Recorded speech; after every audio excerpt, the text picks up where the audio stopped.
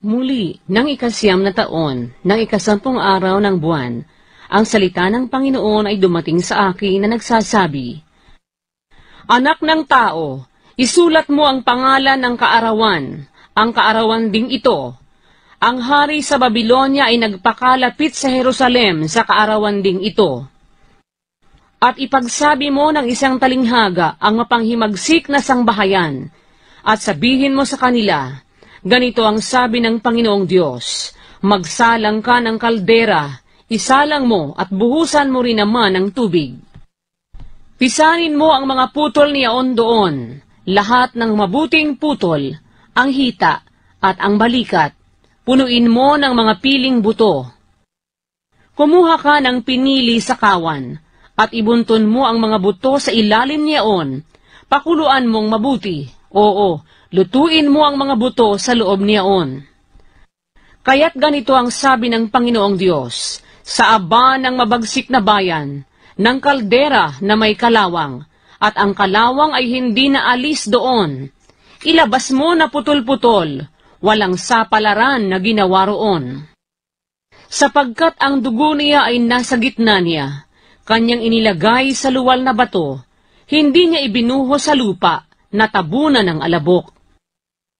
Upang pukawin ang kapusukan ng manghihiganti, inilagay ko ang kaniyang dugo sa luwal na bato, upang huwag matakpan.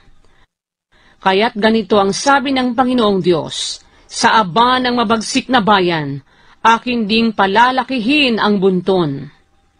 Ibunton ang kahoy, paningasin ang apoy, pakuluang mabuti ang laman, palaputin ang sabaw, at sunugin ang mga buto.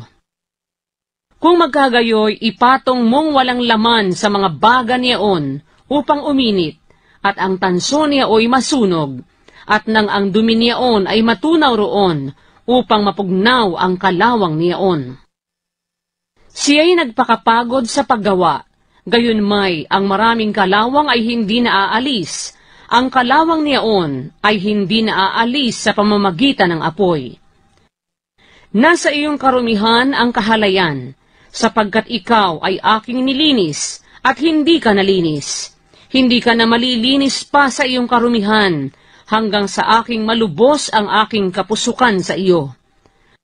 Akong Panginoon ang nagsalita, mangyayari at aking gagawin. Hindi ako magbabalik loob, ni magpapatawad man, ni magsisisi man, ayon sa iyong mga lakad, at ayon sa iyong mga gawa, kanilang hahatulan ka, sabi ng Panginoong Diyos. Ang salita ng Panginoon ay dumating din sa akin na nagsasabi, Anak ng tao, narito, aalisin ko sa iyo sa pamamagitan ng kamatayan ang nasa ng iyong mga mata. Gayon may hindi ka tatangis, ni iiyak man, ni aagos man ang iyong mga luha. Magbuntong hininga ka, ngunit huwag malakas, huwag mong tangisan ang patay. Itali mo ang pugong mo sa ulo, at isuot mo ang iyong mga panyapak sa iyong mga paa, at huwag mong takpan ang iyong mga labi, at huwag kang kumain ng tinapay ng mga tao. Sa gayoy nagsalita ako sa bayan ng kinaumagahan, at sa kinahapunan ay namatay ang aking asawa, at aking ginawa ng kinaumagahan ang gaya ng iniutos sa akin. At sinabi ng bayan sa akin, Hindi mo ba gasasaysayin sa amin kung anong mga bagay ito sa amin, na ikaw ay gumagawa ng ganyan? Nang magkagayoy, sinabi ko sa kanila, Ang salita ng Panginoon ay dumating sa akin na nagsasabi, Salitain mo sa sangbahayan ni Israel.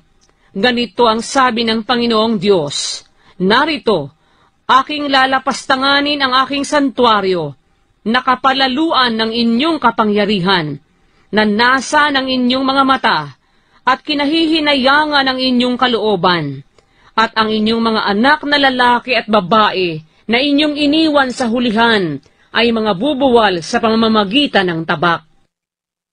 At inyong gagawin ang aking ginawa, hindi ninyo tatakpan ang inyong mga labi, o kakain man ng tinapay ng mga tao.